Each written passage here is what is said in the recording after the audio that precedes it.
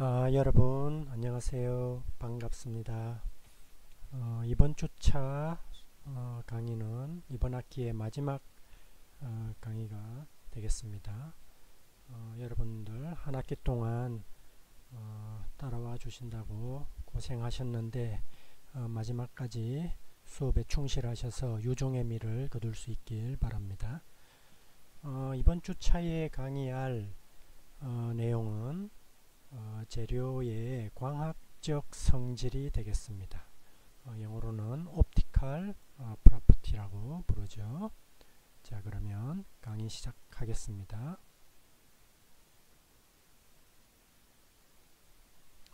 자, 먼저 광학적 성질이라는 게 뭐냐?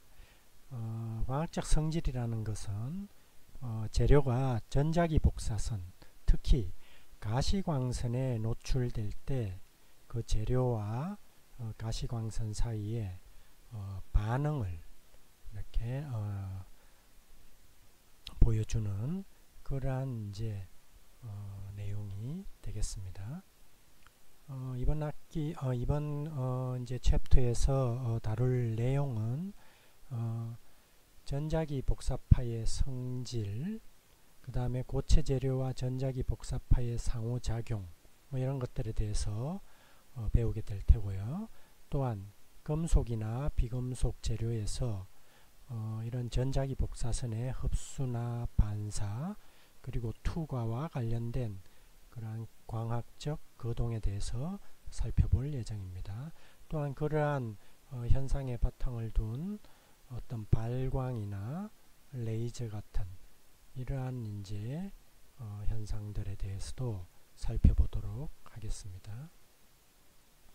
학습 목표로는 전자기 복사선과 원자 간의 상호작용을 이해하는 것과 그 다음에 전자기 복사선의 흡수 반사 투과 현상과 관련된 내용, 그리고 그 관련된 내용에 의해서 일어나는 발광 현상 뭐 이런 것들에 대한 내용을 여러분들이 이해하는 데 목표를 두고 있습니다.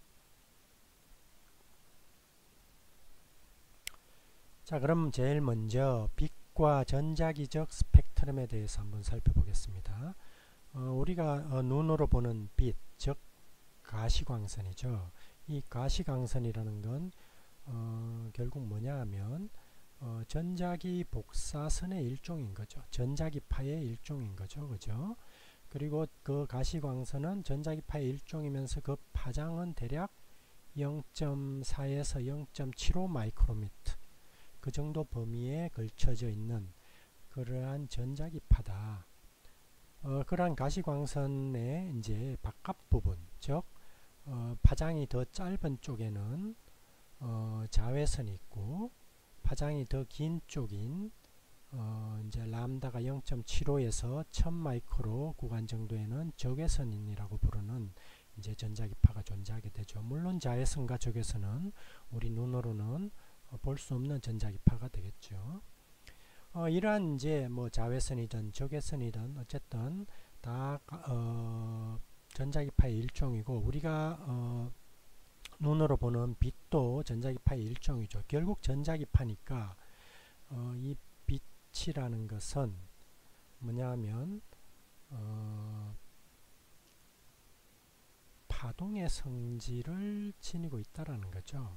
그죠? 그래서 여러분들이 이미 앞에서 전기적 성질 이런 걸 배울 때 그리고 이제 물리, 기초 물리 시간에 이미 배웠겠지만 결국 이 전자기파라는 것은 전기장과 자기장이 이렇게 전기장이 이렇게 요동을 치고 자기장은 이런 방향으로 이렇게 서로 90도 틀어져서 이렇게 변하는 그러면서 이제 계속 나아가는 그러한 이제 파동의 일종으로 볼 수 있는 거죠. 그죠? 그리고 이러한 이제 전자기파는 여러분들 기초 물리 시간에 이미 배웠겠지만 이중성을 지니고 있죠. 즉 파동의 형태랑 입자의 성질을 동시에 가지고 있는 그래서 그런 걸 우리는 빛의 이중성이라고 부르죠. 그래서 이러한 전자기파에 속하는 우리 빛도 전자기파 일종이고, 그 다음에 뭐 이런 복사 열, 그 다음에 레이더, 그 다음에 라디오파, 엑스레이 뭐 이런 것들도 다 전자기파의 일종이 되겠습니다. 이러한 전자기파의 스펙트럼을 한번 보면, 그죠? 여기에 왼쪽에 보면 이제 여기 에너지고, 여기는 주파수고, 여기는 파장으로 나타낸 거가 되겠습니다. 뒤에서 살펴보겠지만 전자기파의 에너지는 파장과 주파수로 나타낼 수 있고, 파장이 짧을수록 에너지가 더 높고 주파수가 높을수록 에너지가 더 높은 전자기파가 되는 거죠.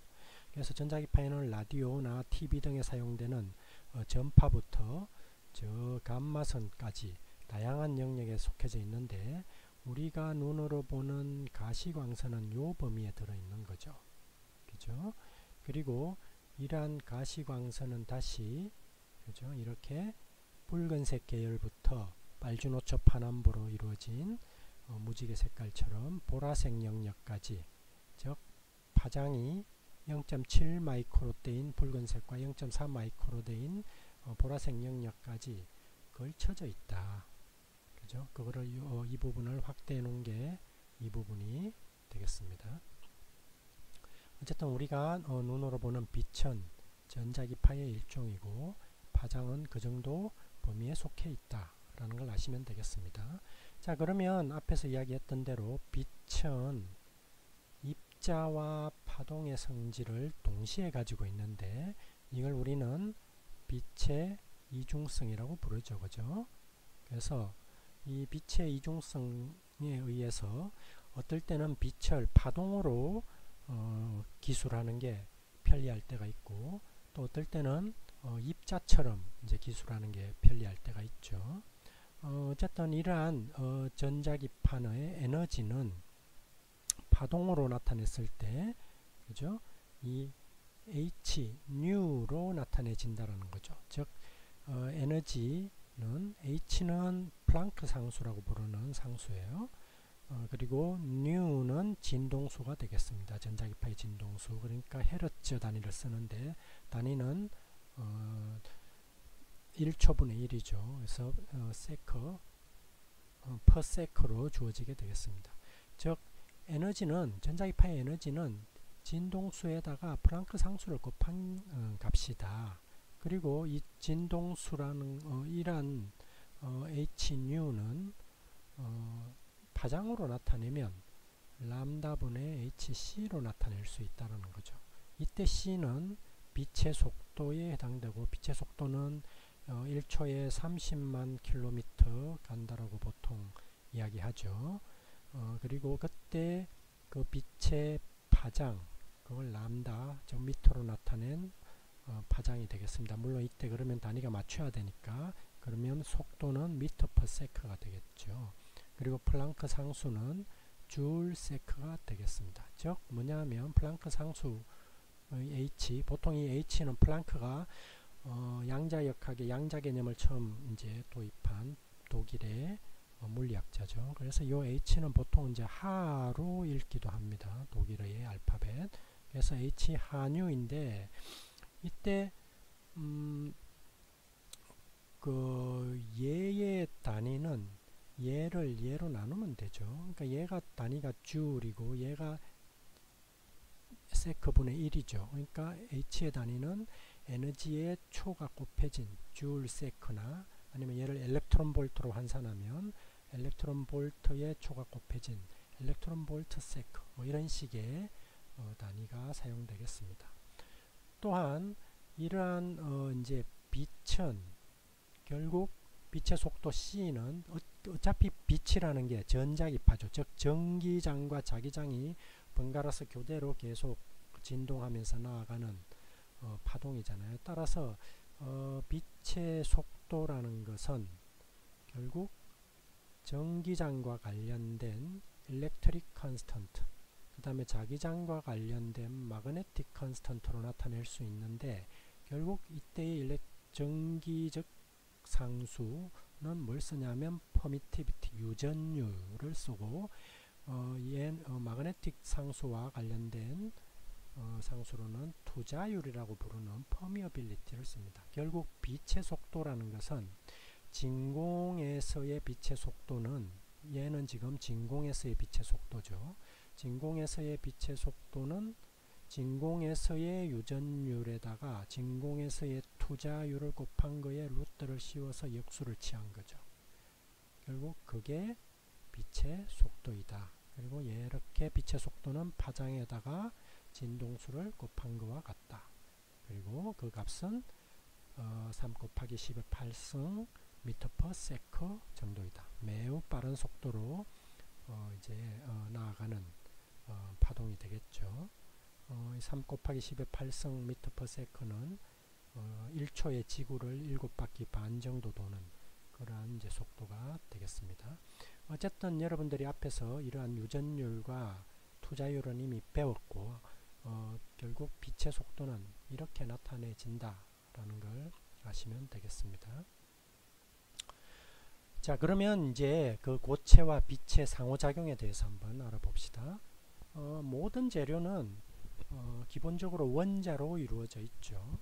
그리고 그 원자 안에는 핵과 전자로 이루어져 있단 말이에요. 그죠? 그러니까 전자가 있으니까 빛과 상호작용을 어떤 방식으로든 할 수밖에 없어요. 크든 작든. 왜냐하면 빛이라는 게 전기장과 자기장을 지니고 있고 그 전기장과 자기장은 원자 내에 있는 전자에다 영향을 줄 수밖에 없죠. 그죠?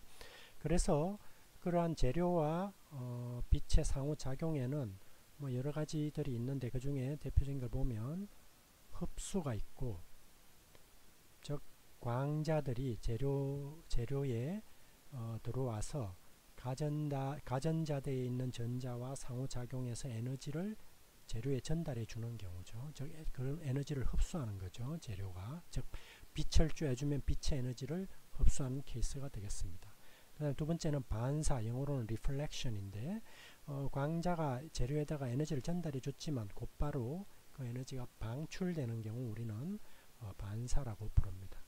또한 투과가 있는데요. 투과는 영어로는 transmission이라고 그러고 광자가 재료의 정기적인 구조와 즉 재료와 반응을 하지 않고 그대로 그냥 통과하는 경우 그걸 투과라고 그러고, 굴절은 이제 투과가 일어나는 경우에 일어나는 현상인데 광자의 속도가 재료 내부로 들어가서 속도가 변한단 말이에요. 진공 속에서의 속도와 재료 속에서의 빛의 속도는 다른데 그때 그 속도 변화에 따라서 얘네들의 이동 방향이 바뀌게 되면 우리는 그걸 굴절이라고 부릅니다. 뭐 그 외에도 매우 작은 강도를 갖는 입사광이 약간의 주파수 변화를 일으키면서 산란되는 경우, 뭐 이런 경우는 뭐 라만 산란, 뭐 이런 이제 경우도 있습니다.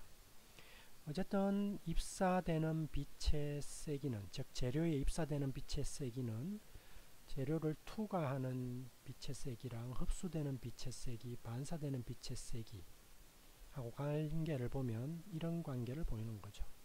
어쨌든 입사된 빛은 투과되거나 흡수되거나 반사되는데 그 투과, 흡수, 반사를 다 합친 것, 그것이 곧 입사된 에너지의 세기랑 같게 되겠죠. 그러면 위의 식을 I0로 양변을 다 나누게 되면 그러면 입사된 빛의 세기분의 투과된 빛의 세기, 이걸 우리는 투과율이라고 부르고 T, 그 다음에 입사된 빛의 세기분의 흡수된 빛의 세기, 그걸 흡수율 A라 그러고 I0분의 IR은 반사율이라고 불러요. 따라서 이 투과율과 흡수율과 반사율을 다 더한 거는 1이 돼야 되겠죠. 어쨌든 들어온 빛은 투과하거나 흡수되거나 반사되는 거, 그 세 개 중에 한 가지가 되니까. 자, 그러면 이러한 이제 흡수니 투과니 뭐 반사니 이러한 현상들이 왜 일어나는지를 원자적인 관점에서 한번 살펴보도록 하겠습니다. 자, 그러면 외부에서 들어온 전자기 복사, 즉 빛이라고 그럽시다. 그럼 그 빛이 재료에 들어오게 되면 재료 내부에 있는 원자와 어떤 반응을 하는지 살펴보면 먼저 전자분극이라는 게 있는데 전자분극은 뭐냐 하면 전자기 파의 전기장이 각 원자를 둘러싸고 있는 전자구름과 상호작용을 일으키는 거예요. 그래서 전자분극을 유도하는 거죠. 자, 여기 밑에 그림을 한번 봅시다. 지금 어떤 원자가 있어요. 빛을 전혀 쬐지 않은, 즉 빛 에너지를 받지 않은 원자가 있으면, 즉 빛이 전혀 투과 되지 않은 상태예요. 그러면 그 원자는 가운데 핵이 있고 그 주위를 전자구름이 이렇게 감싸고 있겠죠. 대칭적으로 감싸고 있겠죠. 그죠? 그러면 이때 플러스의 중심과 마이너스의 중심은 일치할 거예요. 즉 분극이 일어나지 않은 거예요. 그죠? 근데 만약에 이제 빛을 쬐어줘요. 빛을 쬐어주게 되면 빛이라는 게 뭐예요? 앞에서 살펴봤던 것처럼 전기장을 지니고 있잖아요. 자기장도 지니고 있죠. 그러니까 그 전기장과 자기장이 이 원자 주위의 전자들의 영향을 주겠죠. 그래서 이 전자구름을 한쪽으로 이렇게 쏠리게 만드는 거죠. 그러면 이쪽에 전자구름의 전하 중심은 여기 있겠죠. 그 다음에 양성자는 여기 있을 거예요. 결국 둘 사이에 중심이 일치하지 않으니까 즉 전자분극이 발생하는 거예요. 그죠? 즉 일렉트론 클라우드, 전자구름이 어떤 변형이 일어나는 거죠. 한쪽으로 치우쳐져서. 그래서 전자분극이 발생하게 된다. 결국 이렇게 전자분극을 발생시키면 뭐요? 그 빛 에너지가 이러한 분극을 발생시킨 거죠. 이렇게 있는 게 안정한데 이렇게 됐다는 거는 뭐예요? 에너지가 사용됐다는 거죠. 결국 빛의 에너지가 분극을 일으키기 위해서 흡수된 거예요. 그렇게 되면 어떻게 됐어요? 그러면 그 빛은 에너지를 잃고, 아까 빛의 에너지는 람다분의 하씨잖아요. 그죠? 그래서 그리고 hnu로 주어지죠. 그죠? hnu로 주어지는데 에너지를 잃게 되면 빛의 속도가 감소하게 되는 거죠. 자, 이러한 현상을 우리는 일렉트로닉 폴라라이제이션, 전자분극이라 그런다. 즉 빛이 재료에 들어오면 전자분극을 일으키면서 에너지를 잃을 수 있다. 또 두 번째로는 어떤 반응을 일으킬 수 있냐 하면 전자천이라는 이제 반응인데요. 영어로는 일렉트론 에너지 트랜지션이라고 부릅니다.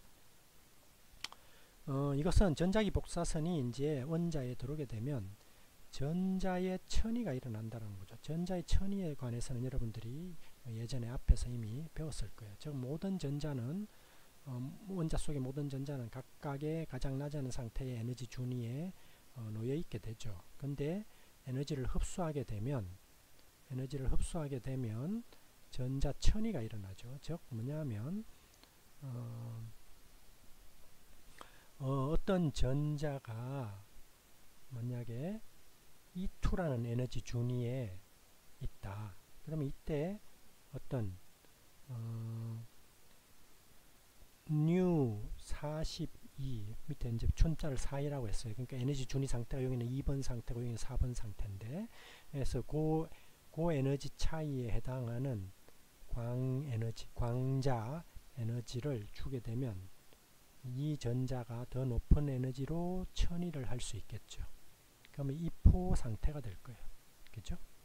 그리고 만약에 이 이포 상태는 높은 에너지 상태니까 얘네들이 낮은 에너지 상태로 가기 위해서 E2로 다시 천위를 하게 되면, 그러면 이 둘 사이의 에너지 차이에 해당하는 것만큼 다시 에너지를 방출하겠죠. 그죠? 그래서 즉 에너지를 주게 되면, 즉 에너지를 흡수하게 되면 낮은 에너지 준위에서 높은 에너지 준위로 천위를 하게 되고, 다시 에너지를 방출하게 되면 높은 에너지에서 낮은 에너지로 전자의 천위가 일어나는 거죠. 결국 빛이 재료에 입사되었을 때 반응은 전자분극을 일으키거나 전자천위를 일으키거나 이 두 가지 기구에 의해서 이제 재료와 반응을 일으키게 됩니다. 그러면 우리가 이제 먼저 금속과 비금속을 나눠서 한번 생각을 해보도록 합시다.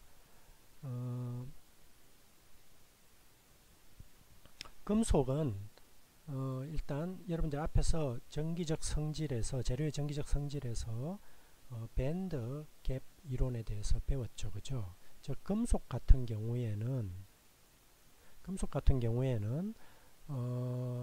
에너지 준위가 비어있는 준위가 존재하거나 연속적으로 존재하거나 아니면 가전자 밴드와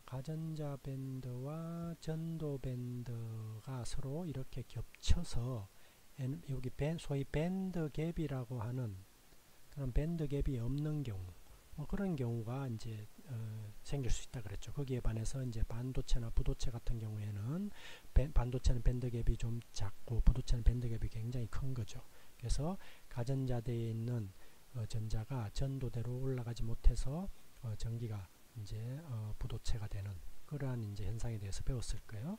그러면 예를 들어서 구리 같은 경우는 4S에 원래 전자가 두 개가 있어야 되는데 이제 4S가 D전자로 보내고 하나를 4S의 반만 차 있죠. 그죠? 그래서 구리 원자로 이루어진 구리 금속은 가전자 밴드에 그죠? 즉 4S 밴드에 전자가 반만 차 있는 케이스에 해당되는 거죠. 물론 그 사이에 밴드 갭이 있고 여기 이제 전도 밴드가 있겠죠. 전도 밴드는 비어 있고 밴드 갭은 여기 있겠죠. 근데 여기 있는 전자들이 여기까지는 얼마든지 연속적으로 갈 수 있는 상태가 되겠어요. 그죠? 거기에 반해서 이제 마그네슘 같은 이러한 이제 금속들은 가전자 밴드의 이 밴드와 전도 밴드의 밴드가 일부 겹치게 되는 거죠. 즉 밴드 갭이 존재하지 않게 되는 거죠. 따라서 가전자 밴드의 전자가 이 전도 밴드의 전자로 쉽게 이동할 수 있는 이러한 이제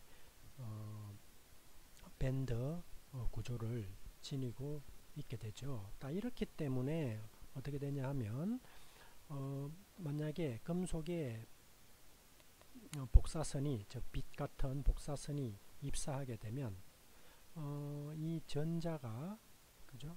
즉 여기 페르미 레벨에 있는 요 전자가 뭐 이 위에 있는 비어 있는 여기는 비어 있고 여기는 전도대가 얼마든지 여기도 다 비어 있는 거죠. 전도대에 비어 있고 여기 얼마든지 갈 수 있고 여기는 가전자 밴드 내에서 비어 있기 때문에 더 올라갈 수 있죠. 그래서 여기를 얼마든지 어느 단계로든지 연속적으로 다 올라갈 수 있다. 그죠? 즉 천이가 가능한 거죠. 그죠? 즉 빛을 흡수해서 여기 전자가 위로 올라갈 수 있다. 얼마든지. 그죠? 자, 그런 형태다. 그래서 그리고 금속 같은 경우에는 근데 특징이 이렇게 빛을 쬐어주면 즉 흡수된 복사선은 똑같은 파장의 가시광선 형태로 다시 방출하게 돼요. 즉 어떻게 되냐 하면 여기서 전자가 요 에너지 상태로 비어있는 위에 에너지 준위 상태로 이렇게 천이를 해요. 그 에너지는 어디서 받았죠? 들어오는 빛 광자에 의해서 받았죠. 그러면 곧바로 이 전자는 다시 원래 낮은 에너지 상태로 다시 천이를 한다는 거죠. 그럼 뭐예요? 그 받았던 에너지만큼을 그대로 방출하겠죠. 결국 대부분의 금속은 뭐예요? 받아서 흡수했던 에너지를 그대로 다시 방출한다는 거죠. 그 이야기는 뭐예요? 그 이야기는 금속이 투과를 못하고 빛이 불투명이 되면서 빛이 모든 파장의 빛을 다 내보내게 되면 그러면 다 그냥 하얗게 보이겠죠. 그래서 대부분의 금속은 뭐 흰빛을 내는 거죠. 근데 어떤 금속들은 색깔을 지니고 있잖아요. 뭐 금이나 은, 뭐 은은 약간 흰색이지만 금은 노란색, 뭐 이런 거죠, 그죠? 구리 같은 거 이런 것도 약간 붉은 노란색 이런 걸 띠고 있죠. 자, 그런 것들은 어떤 거냐? 결국 뭐냐면 색깔이라는 것은 어떤 파장의 빛이 우리 눈으로 들어오는가에 따라서 결정되는 것이니까 모든 파장의 빛이 즉 그거는 흰색의 빛이에요, 그죠? 그 모든 파장의 빛이 금속에 입사됐지만 그 중에 푸른 계열의 빛은 금속에 흡수되고 노란 계통의 빛만 다시 방출하면 그러면 우리는 노란빛으로 보이게 되는 거죠. 결국 금속의 색깔은 반사되는 복사선의 파장에 의해서 결정된다. 결국 반사라는 건 뭐냐? 흡수를 했다가 바로 그냥 내보내는 걸 우리는 반사라고 부른다는 거죠. 일반적으로 보통 금속 같은 경우에는 이러한 흡수가 0.1 마이크로 이내 아주 표면, 얇은 표면 부위에서만 주로 발생하게 되겠습니다. 결국 그 이야기는 뭐냐 하면 금속을 0.1 마이크로보다 더 얇게 만들면 금속도 다 흡수가 안 되고 일부는 투과하겠죠. 그러면 뭐요? 금속도 투명해질 수 있다는 이야기가 되겠습니다. 물론 이제 금속은 그 외에 다른 에너지, 즉 적외선부터 자외선 중간까지는 불투명해요. 그 이야기는 뭐죠? 흡수했다가 다시 그대로 모든 빛을 다 흡수했다가 그대로 다시 그냥 방출한다라는 거죠. 앞으로 표면 부위에서만, 그죠? 거기에 반해서 그래서 높은 반사도를 보이죠. 그래서 금속은 빛을 잘 반사시키죠. 거기에 반해서 이제 높은 에너지, 즉 X선이나 감마선 같은 이러한 높은 에너지의 복사선에서는 금속을 투과할 수 있다. 즉 투명해진다 라는 이야기가 되겠습니다. 자, 그러면 금속의 광학적 성질은 살펴봤고, 금속은 그래서 흡수했다가 바로 방출하기 때문에 그거를 우리는 반사라고 부른다 그랬죠. 그죠? 거기에 반해서 이제 비금속의 광학적 성질을 한번 살펴봅시다. 비금속. 비금속은 이제 뭐 일부 비금속은 불투명하기도 하고 투명하기도 해요. 그죠? 그리고 투명한 그런 이제 금속들 중에서 어떤 이제 굴절이라는 현상이 있는데, 굴절이라는 현상에 대해서 한번 살펴봅시다. 굴절은 리프렉션이라고 그러고, 어떤 투명한 재료를 빛이 이제 통과할 때 어쨌든 빛은 반응을 하잖아요. 앞에서 살펴본 것처럼 천이를 하거나 아니면 전자분극을 만들거나, 어쨌든 빛은 속도가 감소된다. 즉 에너지 로스가 발생하게 되죠. 그러면 그때 굴절률 혹은 굴절지수라고 부르는 n으로 표시하는 값이 있는데, 이게 뭐냐 하면 결국 V분의 C로 주어진다는 거죠. C는 진공에서의 빛의 속도예요. 어쨌죠? 1초에 30만 킬로미터 가는 속도였죠. 거기에 반해서 V는 재료 내에서, 즉 매질 내에서 빛의 속도가 되겠습니다. 즉 빛의 속도는 진공 속에서의 속도하고 물속이나 뭐 유리 속이나 뭐 이런 매질 속에서 공기, 심지어 공기 속에서도 다 다르다는 거죠. 결국 우리가 앞에서 빛의 속도는 뭐 이걸로 나타냈잖아요. 그죠? 그러면 매질 속에서의 속도는 어땠어요? 매질 속에서의 유전율과 투자율로 나타낼 수 있겠죠. 결국 이 식은 이렇게 나타낼 수 있게 되고, 결국 얘는 E0분의 입실론 제로분의 입실론은 상대 유전율이 되는 거죠. 그 다음에 뮤 제로분의 뮤는 상대 투자율이 되겠죠. 그죠? 빛값이죠. 그런데 결국 뭐예요? 굴절율이라는 것은 이렇게 나타낼 수 있다. 어떤 물질의 굴절율이라는 것은 유전율과 투자율, 상대 유전율, 상대 투자율의 곱에다가 루트를 씌운 걸로 나타낼 수 있다. 그런데 대부분의 어떤 투명한 재료 같은 경우에는, 대부분의 투명한 재료인 같은 경우에는 비자성을 띠는 경우가 많아요. 비자성을 띠면 상대 투자율 μr은 1이겠죠. 그죠? 자성을 없으니까. 그러면 결국 뭐냐 하면 굴절율이라는 것은 결국 유전율하고 상대 유전율하고 매우 연관성이 크다. 이렇게 알 수 있겠죠. 결국 이러한 굴절 현상 때문에 우리가 어떤 프리즘의 빛을 여기 이제 프리즘이 있는데, 프리즘의 빛을 통과시키면 이렇게 휘어지면서 이렇게 빨주노초 파남보의 다양한 색으로 이렇게 나뉘어지는 걸 우리가 볼 수 있죠. 결국 이거는 굴절 현상 때문에 일어나는 거고, 이러한 굴절 현상은 파장의 함수라는 거죠. 빛의 속도가 달라지기 때문에, 즉 파장이 짧을수록 굴절률은 크다. 그래서 지금 보면 여기 보면 무지개 빛깔 중에서도 붉은색은 파장이 길고 이 보라색 쪽은 파장이 짧죠. 따라서 파장이 짧은 보라색이 더 많이 꺾이는 거죠. 붉은색보다. 그죠? 굴절률이 더 크기 때문에요. 또한 만약에 이 유리에다가 이건 보통 이제 프리즘은 유리로 만들어져 있죠. 이 유리에다가 뭐 어떤 큰 이온이나 원자를 집어넣으면, 즉 납 같은 그러한 것들을, 즉 크고 무거운 이온들이 투과되면 빛의 속도를, 즉 분극을, 전자 분극을 더 크게 발생시킬 수 있는 거죠. 그죠? 전자 분극이 더 커지잖아요. 전자가 더 많으니까 더 벗어나기 커지죠. 그러니까 에너지 손실이 더 커지게 되고, 따라서 빛이 더 많이 굽을 수 있게 되겠습니다.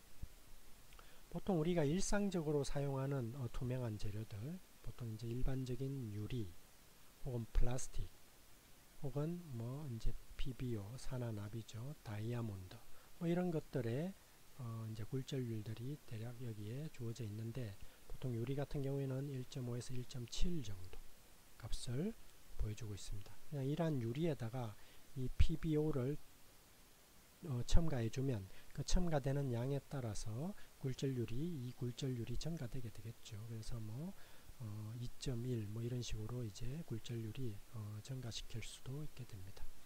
유리에 비해서 다이아몬드는 상당히 큰 굴절률을 상대적으로 가지고 있다. 그렇기 때문에 다이아몬드는 훨씬 더 유리보다 반짝이고, 그렇죠, 그런 특성을 지니고 있죠. 우리가 보석으로 이용하고 있지만 그거에 대한 내용은 뒤에서 다루도록 하겠습니다. 자, 그럼 빛의 굴절 현상 중에 뭐 대표적인 게 무지개가 있죠. 여러분들 비 온 뒤에 하늘을 쳐다보면 무지개가 보이는데, 결국 무지개라는 것도 하늘에 떠 있는 이러한 물방울들에서 일어나는 굴절과 반사 현상이라는 거죠. 결국 뭐냐 하면 빛이 이런 식으로 입사를 하게 되면 이 물방울 내부로 들어가는 물방울 계면에서 꺾이죠. 그렇죠? 꺾이고, 그 다음에 일부는 여기서 다시 꺾여서 나가겠지만 일부는 여기서 내부에서 반사를 일으켜서 다시 또 꺾여서 이렇게 오게 돼요. 또 다른 물방울에서도 그런 현상들이 일어나는데, 이러한 것들의 빛이 모여서 우리 관찰자 눈에는 이런 무지개로 보인다는 거죠. 물론 이런 무지개는 관측과 무지개 사이에 각도가 42도 22분 정도 되는 위치에서 이런 무지개가 이렇게 형성되고, 이러한 거에 대한 원리는 여러분들이 뭐 인터넷이나 뭐 네이버나 구글링 같은 걸 해보시면 얼마든지 찾아볼 수 있으니까 관심 있는 학생들은 한번 찾아보시기 바랍니다.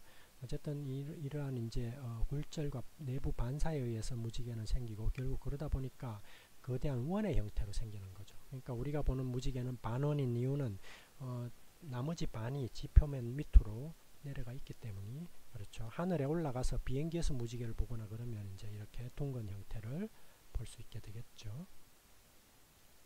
자, 그럼 이러한 굴절 현상은 이제 빛이 휘어지는 현상인데, 매질이 다른 곳을 만날 때, 즉 하나의 매질에서 다른 매질로 빛이 투과해 갈 때, 그때 이 굴절되는 정도를 나타낸 식을 우리는 스넬의 법칙이라고 부르게 돼요. 그 스넬의 법칙은 뭐냐 하면 이런 겁니다.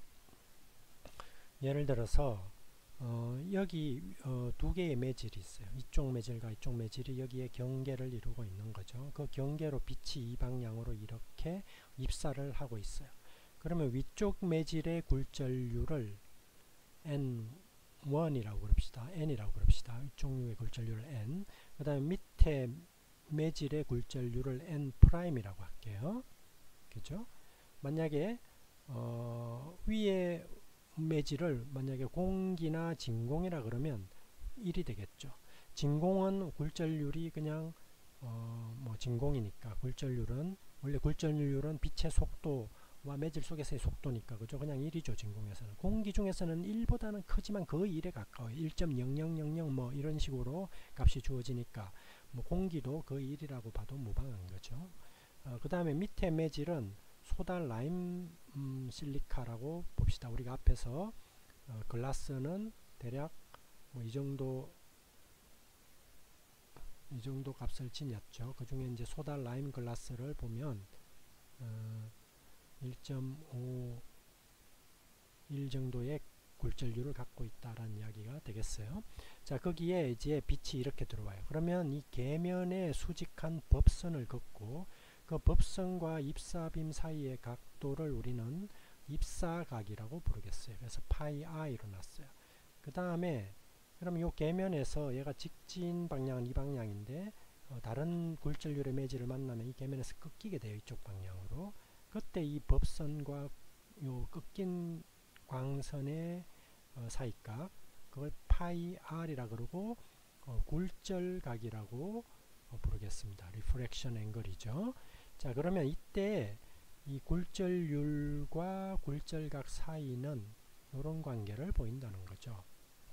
즉 n' 분의 n, 즉 이 굴절률 분의 이 굴절률은 이 각도 분의 이 각도로 주어진다는 거죠. sin 파이 i 분의 sin 파이 r로 주어진다는 거예요.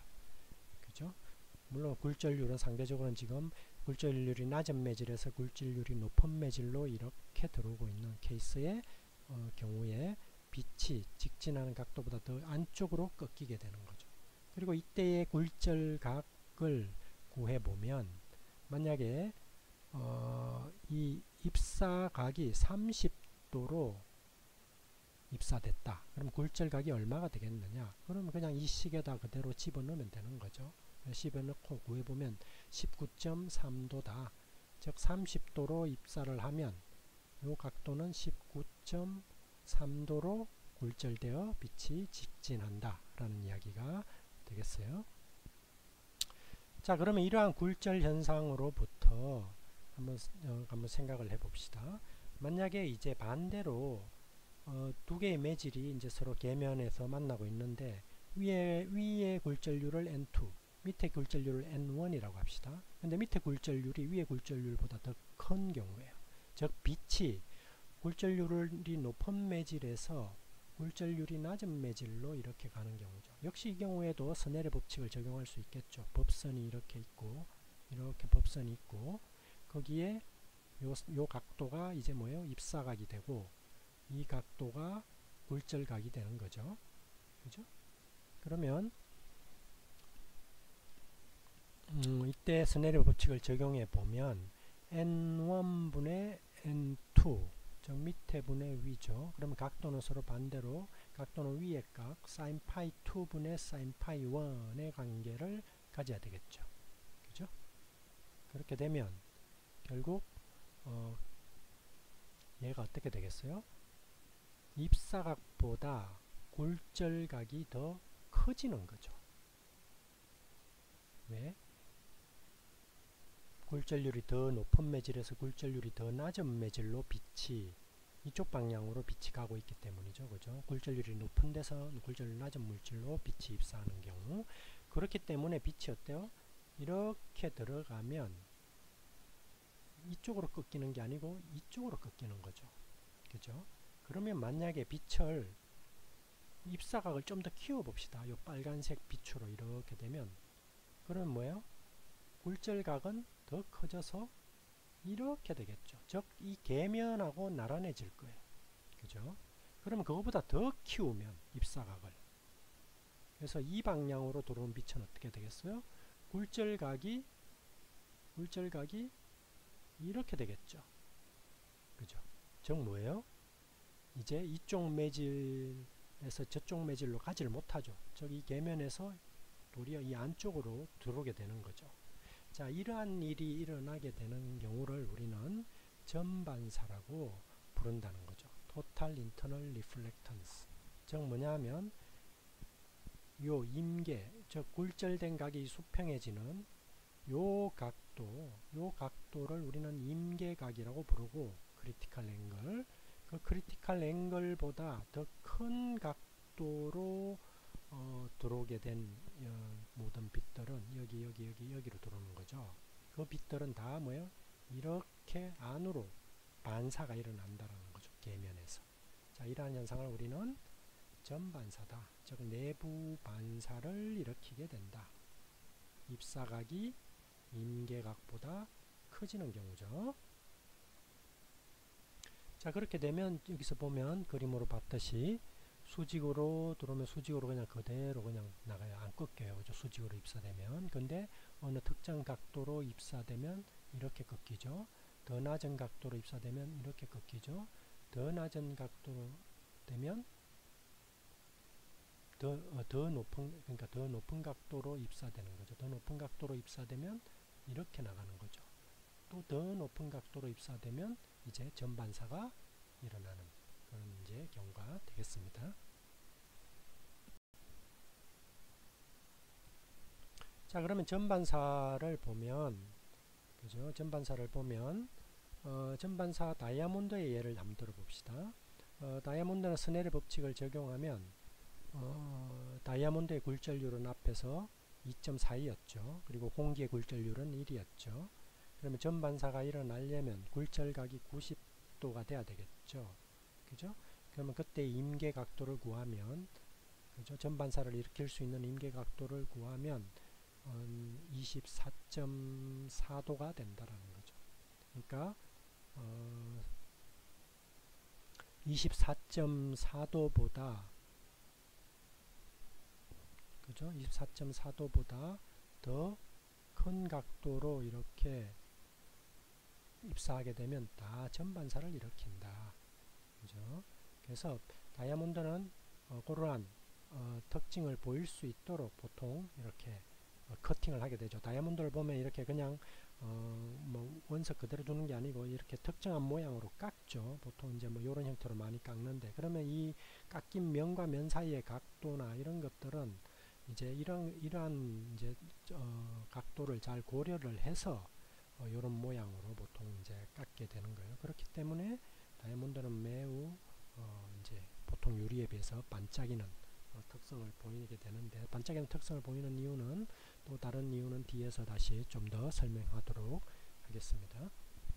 어쨌든 임계각, 전반사를 일으킬 수 있는 임계각은 굴절률과 관련이 있고, 굴절률이 큰 재료일수록 전반사를 일으키는 임계각도 커지게 된다. 이러한 전반사를 이제 이용하는 이제 대표적인 응용처 중에 하나가 바로 광섬유, 광통신에 이용되는 광섬유가 되겠어요. 이 광섬유는 뒤에서 우리가 다시 다루겠지만, 광섬유는 보통 어떻게 되어 있냐면 이 빛을 전달하는 코어 부분과 그 주위에 이렇게 코어 부분보다 굴절률이 낮은, 그래서 클래딩된 재료로 이렇게 둘러싸여져 있는 이런 구조로 되어 있어요. 즉 코어의 굴절률과 클래딩된 재료의 굴절률이 서로 다른데 코어의 굴절률이 더 큰 경우죠. 그렇게 되면 밀도가 굴절률이 높은 데서 굴절률이 낮은 데로 입사할 때 이렇게 전반사를 일으킬 수 있게 되는 거죠. 그러면 이 광통신에서 사용되는 신호, 즉 빛은 전반사를 일으키면서 계속 앞으로 나가고 밖으로 나가지 못하죠. 즉 손실되는 빛을 최소화할 수 있는 특징이 있게 되겠죠. 이거는 뒤에 광섬유를 배울 때 다시 다루도록 하겠습니다.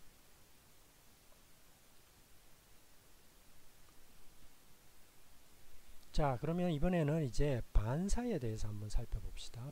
반사는 아까 앞에서 했죠. 즉 재료가 빛을 흡수해서 다시 그대로 이제 방출하는 경우 이제 반사라 그랬죠. 그리고 반사는 영어로는 reflection이라고 불러요. 아까 굴절은 refraction이고 반사는 reflection이에요. 그리고 이때 반사되는 정도를 나타내는 반사율은 reflectivity라고 그러고 대문자 R로 보통 표시를 합니다. 그리고 이때 반사율 R은 90도인 경우, 입사각이 90도인 경우에 대해서 이제 보통 나타내게 되는데, 금속 같은 경우에는 거의 모든 빛을 다 반사시키죠. 물론 이제 반사는 그대로 흡수해서 다시 방출하는 기구에 의해서 일어나지만 금속은 대부분의 금속은 받아들인 모든 빛을 그대로 다 방출한다. 그렇게 되면 뭐요? 그냥 흰색으로 보일 거야. 근데 뭐 특정한 파장의 빛은 흡수하고 특정한 파장의 빛만 방출하면 그 방출되는 파장의 빛이 갖는 색깔로 이제 보이게 되겠죠.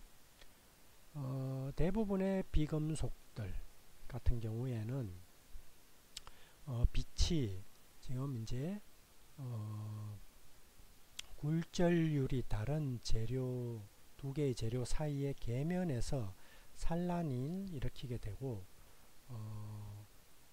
그때 이제 반사도 일어날 수 있다는 거죠. 물론 둘 다 평행한 경우에도 평행한 게 아니라 둘 다 투명한 경우에도 이제 반사는 일어날 수 있다. 즉 금속처럼 불투명한 재료만 반사를 일으키는 게 아니라 유리처럼 투명한 재료도 반사를 일으킬 수 있다. 실제로 그죠? 우리가 유리창 보면 우리 모습이 비치잖아요. 즉 반사가 일어나죠. 자, 그러면 그런 반사에 대해서 한번 더 살펴보도록 합시다. 일단 어떤 N1이라는 매질과 N2라는 매질이 있으면 그 두 매질의 경계가 여기에 있어요. 그죠? 그때 어떤 빛이 I0라는 강도의 빛이 이렇게 들어왔어요. 그리고 다시 반사돼서 나가는 빛을 IR이라고 합시다. 그러면 이 IR은 반사된 빛의 색이고 I0는 입사된 빛의 색이니까 그 I0분의 IR은 뭐예요? 그 빛값을 바로 라지알, 즉 반사율이라고 부르는 값이 되겠습니다. 그래서 반사율은 90도로 들어가고 90도로 나올 때 이렇게 정의된다. 그리고 이때의 반사율은 이 굴절율하고 연관이 커요. 그래서 굴절율로 나타내면 이런 식으로 주어지게 됩니다. 즉 두 굴절율의 합분의 두 굴절율의 차이, 그거의 빛값을 제곱한 이게 바로 반사율이 되겠어요. 그러면 만약에 공기 중에서 어떤 굴절율이 n인 매질로 빛이 이렇게 수직으로 입사한다. 그때의 반사율은 그러면 n2 대신에 n이 오고 n1 대신에 1이 오니까 n 더하기 1, n 빼기 1 그 갈로의 제곱이 되겠죠. 이게 반사율이 될 거예요. 그죠? 결국 반사율이라는 것은 굴절율의 함수가 되는데 결국 굴절율이라는 게 파장의 함수잖아요. 그죠? 그러니까 반사율은 파장에 따라 달라진다. 즉 파장의 함수이기도 하다라는 거죠. 물론 이런 식은 어때요? 수직으로 들어오고 수직으로 반사될 때에 맞는 식이지만 실제로 입사각이 20일 때까지는 어느 정도 잘 맞는다. 즉 20도 각도로 여기서 20도 각도로 입사되는 경우까지는 어느 정도 맞는다 라고 알려져 있어요. 자, 그러면 우리가 앞에서 이야기한 것처럼 유리 같은 경우도 비록 투명하지만 우리가 유리를 쳐다보면 어느 정도 반사가 일어날 수밖에 없죠. 유리의 굴절율이 있고 유리의 굴절율이죠. 그럼 이 식에다 집어넣으면 유리의 굴절율 우리 앞에서 했죠. 그죠? 즉 예를 들어서 뭐 1.5 정도의 굴절율을 집어넣으면 반사율이 0.05가 나온다. 즉 5%의 빛은 반사돼서 나온다는 거죠. 그리고 나머지 95%는 재료 속으로 흡수되거나 굴절되는 아니면 투과 돼서 나가게 되겠습니다. 물론 이제 유리 표면에다가 뭔가 다른 재료를 코팅을 하게 되면 뭐 MgF2 같은 이런 물질을 코팅을 하게 되면 굴절율이 달라지겠죠. 예, 그죠? 굴절율이 더 낮죠, 유리보다. 그죠? 그래서 반사 손실을 좀 더 줄일 수 있게 되겠죠. 또한 다이아몬드를 예를 들면 다이아몬드는 굴절율이 아까 2.42였죠. 그럼 2.42를 여기다 집어넣어보면 어때요? 약 17%의 빛이 반사돼 나오는 거죠. 그러니까 유리보다도 다이아몬드는 훨씬 더 많은 빛이 반사돼서 나오는 경우가 되겠습니다. 그래서 훨씬 더 또 반짝이는 그러한 이제 이유가 되겠습니다.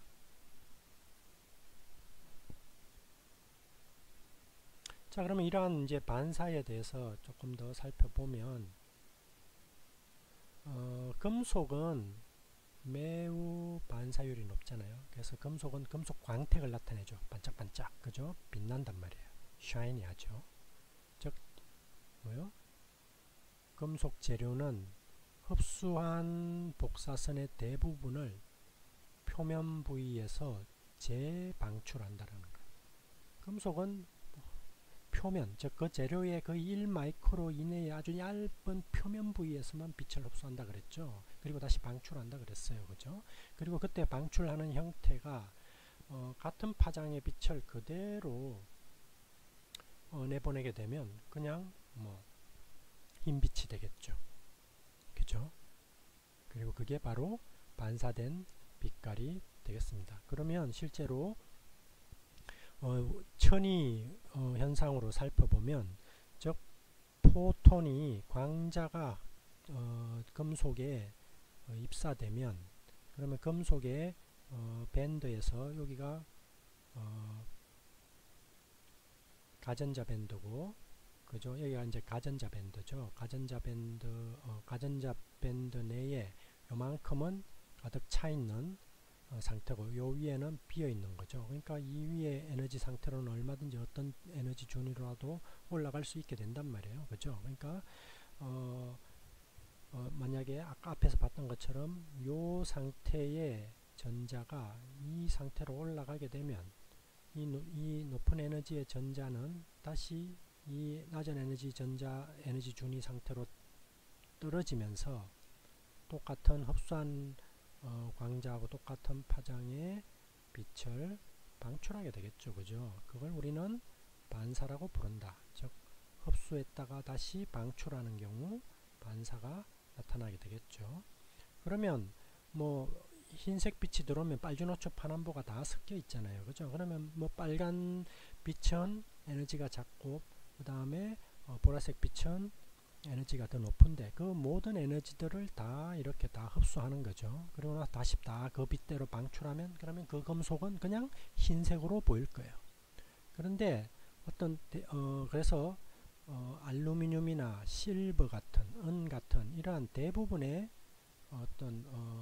이러한 금속들은 대부분의 모든 파장의 빛이 다 재방출되기 때문에 흰빛으로 보이는 거고, 거기에 반해서 꿀이나 금 같은 경우에는 짧은 파장의 빛은 재방출이 안 돼요. 흡수되는 거죠. 그리고 좀 긴 파장의 빛만 방출이 되면, 그러면 결국 뭐예요? 금은 노란색으로 보이거나, 아니면 구리는 붉은 약간 오렌지색으로 보이는 이런 일들이 일어나게 되는 거죠.